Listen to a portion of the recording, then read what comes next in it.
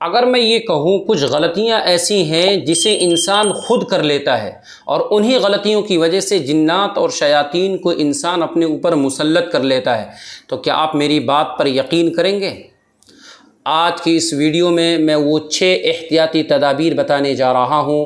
انشاءاللہ اگر آپ ان 6 احتیاطی تدابیر پر عمل کریں گے، اس کو اپنائیں گے، تو میری گارنٹی ہے انشاءاللہ کوئی جنات اور کوئی شیطان، کوئی خبیث آپ کو نقصان نہیں پہنچا سکے گا۔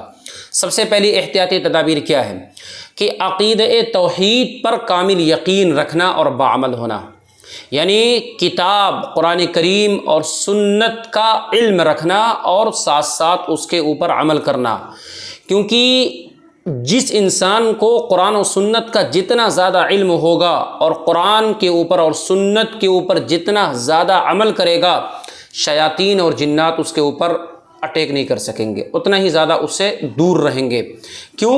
اس لیے کہ جنات اور شیاطین سے نمٹنے کا، ان سے مقابلہ کرنے کا اور ان کے نظام کو، ان کے سسٹم کو برباد کرنے کا سب سے پاورفل جو ہتھیار ہے وہ ایک قرآن کریم اور دوسری سنت ہے۔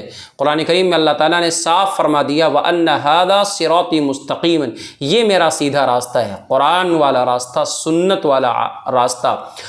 فَاتَّبِعُوا، لہذا مسلمانوں تم اس سنت والے راستے پر، قرآن والے راستے پر چلو، اس کو فالو کرو۔ وَلَا تَتَّبِعُوا السُّبُلَ، اور قرآن اور سنت کے علاوہ کسی اور راستے پر مت چلنا۔ فَتَفَرَّقَ بِكُمْ عَنْ سَبِيلِهِ، لہذا اگر قرآن اور سنت والے راستے کو چھوڑو گے تو شیطان تم کو سیدھے راستے سے ہٹا دے گا۔ ذَلِكُمْ وَصَّاكُمْ بِهِ لَعَلَّكُمْ تَتَّقُونَ، اس کا حکم اللہ تعالیٰ نے تمہیں دیا ہے تاکہ تم شیطان کے وار سے، شیطان کے حملوں سے بچ سکو۔ تو سب سے پہلی چیز قرآن پر عمل کرنا، سنت پر عمل کرنا، شیاطین سے مقابلہ کرنے کا سب سے پاورفل ہتھیار یہی ہے۔ دوسری چیز، شرک و بدعت کی تمام گندگیوں سے بچنا۔ جو انسان جتنا زیادہ شرک کے اندر، بدعت کے اندر مبتلا ہوگا تو ظاہر سی بات ہے کہ پھر اسے اپنے گناہوں پر اصرار ہو جاتا ہے، شریعت سے دور ہو جاتا ہے، دین سے دور ہو جاتا ہے، اور جب انسان دین سے دور ہو جاتا ہے، شرک و بدعات میں مبتلا ہو کر کے، پھر جنات اور شیاطین کو اس کے اوپر وار کرنے کا، حملہ کرنے کا، اس کے اوپر مسلط ہونے کا موقع مل جاتا ہے۔ تو دوسری احتیاطی تدابیر کہ شرک سے بچیں، بدعات سے بچیں، رسومات سے بچیں، خرافات سے بچیں۔ شرک و بدعات کے اندر جو ہے وہ ساری چیزیں آ جائیں گی جو آپ کرتے ہیں۔ مثال کے طور پر آپ درگاہوں پر جاتے ہیں، خواتین خاص طور پر درگاہوں پر جاتی ہیں اور نامعلوم کیسی کیسی بدعات کا ارتکاب کرتی ہیں۔ اسی وجہ سے خواتین کے اوپر، خاص طور پر ان خواتین کے اوپر جو درگاہوں کا چکر لگاتی ہیں، درگاہوں پر حاضری دیتی ہیں، ان کے اوپر سب سے زیادہ جنات اور شیاطین اٹیک کرتے ہیں۔ تیسری احتیاطی تدابیر یہ ہے کہ گھر کے اندر یا دکان کے اندر، مکان کے اندر جاندار کی تصویر کا ہونا۔ اگر آپ چاہتے ہیں کہ جنات آپ کے اوپر اٹیک نہ کرے، شیاطین سے آپ پورے طور پر محفوظ رہیں، تو آپ اپنے گھر کی تلاشی لیں، اپنے دکان کی تلاشی لیں، اپنے مکان کی تلاشی لیں۔ کہیں ایسا تو نہیں کہ آپ نے اپنی دکان کے اندر، اپنے کارخانے کے اندر اور اپنے مکان کے اندر، اپنی آفس کے اندر کسی جاندار کی تصویر لگا رکھی ہو۔ اگر آپ نے جاندار کی تصاویر لگا رکھی ہے تو خود آپ جنات اور شیاطین کو انوائٹ کر رہے ہیں، دعوت دے رہے ہیں کہ آئیے آپ ہمارے گھر کے اندر، ہمارے مکان میں، ہماری دکان میں، ہمارے کارخانے کے اندر ڈیرا ڈالیے، آپ ان کو بسا رہے ہیں۔ کیونکہ اللہ کے نبی علیہ الصلوۃ والسلام نے فرمایا ہے لا تدخل الملائکۃ بیتا فیہ کلب ولا تصاویر، کہ جس گھر کے اندر کتا ہوتا ہے یا جاندار کی تصویر ہوتی ہے تو اس گھر کے اندر رحمت کے فرشتے داخل نہیں ہوتے۔ لہذا جب رحمت کے فرشتے داخل نہیں ہوں گے تو پھر جنات اور شیاطین ہی ایسے گھروں کے اندر اپنا ڈیرا بنا لیتے ہیں، اپنی رہائش گاہ بنا لیتے ہیں، اپنا ٹھکانہ بنا لیتے ہیں۔ تو تیسری احتیاطی تدابیر ہے کہ گھر میں جاندار کی تصویر نہ ہو اور کتل نہ ہو۔ چوتھی چیز، عورت کا تنہا گھر سے باہر نکلنا۔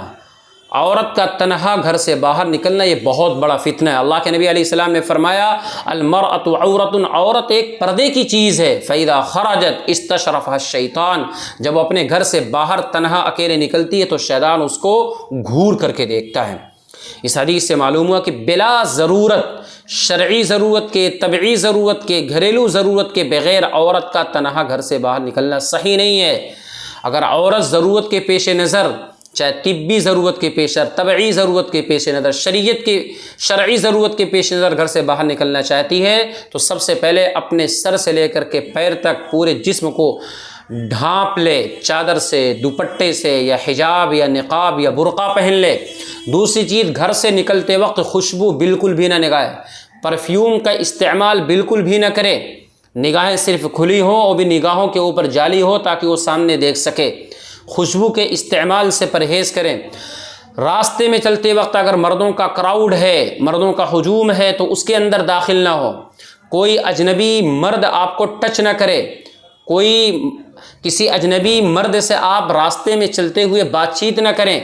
جہاں بھی جائیں وہ پرامن جگہ ہو، اچھی جگہ ہو، تو سر سے لے کر کے پیر تک اس عورت کا پورا بدن ڈھکا ہوا ہو، خوشبو کا استعمال نہ، ایسے زیورات نہ پہنے جو چلتے ہوئے بجتے ہوں، کیونکہ یہ شیاطین کو بہت پسند آتے ہیں، اور پھر ایسی عورتوں کے وہ لٹو اور دیوانے ہو جاتے ہیں، عاشق ہو جاتے ہیں، پھر وہ پریشان کرتے ہیں۔ تو عورت کا تنہا گھر سے باہر نکلنا یہ بھی جنات اور شیاطین کو دعوت دینا ہے۔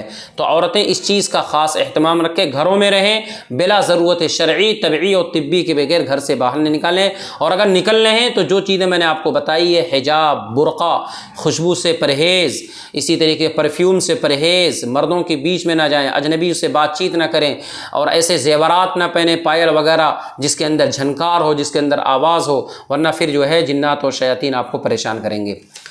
پانچویں وجہ یہ ہے کہ بیت الخلاء میں جب آپ جائیں تو دعا پڑھ کر کے جائیں، جو اللہ کے نبی علیہ الصلاۃ والسلام نے ہمیں سکھائی ہے۔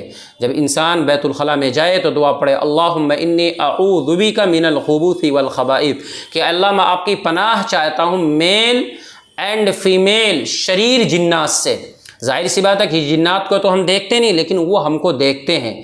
تو اللہ کے نبی علیہ الصلاۃ والسلام کی حکمت تو دیکھیے، جب آپ اس دعا کو پڑھ لیں گے تو جنات اور شیاطین جو سرکش ہوتے ہیں، چاہے میل ہوں یا فیمیل ہوں، وہ آپ پر اٹیک نہیں کریں گے، آپ پر حملہ نہیں کریں گے، آپ پر مسلط نہیں ہوں گے، آپ کو تکلیف نہیں دے سکیں گے۔ یہ اللہ کے نبی علیہ الصلاۃ والسلام کی حکمت ہے۔ جب بھی بیت الخلاء میں داخل ہوں تو اس دعا کو ضرور پڑھیں۔ چھٹا جو ریزن ہے بہت ہی ڈینجرس ہے، بڑا خطرناک ہے، عموماً لوگ جو ہے لاپرواہی کر دیتے ہیں، وہ کیا ہے؟ راستے میں چلتے ہوئے کسی بل میں، کسی سوراخ میں، کسی بھٹ میں پیشاب نہ کریں۔ رسول اللہ صلی اللہ علیہ وسلم نے فرمایا، تم میں سے کوئی شخص سوراخ کے اندر، بلوں کے اندر، بھٹوں کے اندر پیشاب نہ کریں۔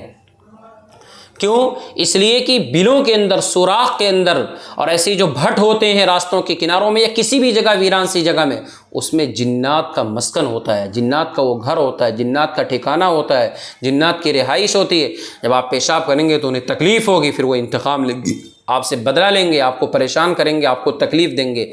اور اس کی وجہ بھی کہ اگر ظاہر سی بات ہے کہ بلوں میں، سوراخوں میں یا تو کیا ہوتے ہیں، زمین کے کیڑے مکوڑے ہوتے ہیں، سانپ بچھو وغیرہ ہوتے ہیں، اور ظاہر سی بات ہے کہ آپ جب پیشاب کریں گے تو اس کی چھینٹیں اس کے اندر جائیں گے تو وہ آپ کو خود بھی تکلیف دے سکتے ہیں، اور اگر وہ کمزور مخلوق ہے کوئی تو آپ کے پیشاب کرنے کی وجہ سے انہیں تکلیف ہوگی۔ اس لیے بلوں میں، سوراخوں میں، بھٹوں میں پیشاب نہ کریں۔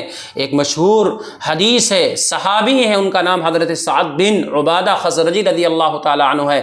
ان کا قول ان کے بارے میں لکھا ہوا ہے کہ حوران کے موقع پر ایک سوراخ کے اندر انہوں نے پیشاب کیا، اسی وقت جنات نے انہیں قتل کر دیا، اسی وقت جنات نے انہیں مار ڈالا۔ تو میرا بھائی یہ 6 احتیاطی تدابیر ہیں، مجھے امید ہے کہ اگر ان 6 احتیاطی تدابیر کو آپ اپنا لیں گے تو میری گارنٹی ہے انشاءاللہ کوئی جنات اور کوئی شیطان آپ کو نقصان نہیں پہنچا سکے گا۔ میرے بھائیو، اس طرح کی دینی ویڈیوز کے لیے آپ ہمارے چینل کو سبسکرائب کر دیں، ویڈیو اگر پسند آئی ہے تو لائک کر دیں اور شیئر کر دیں۔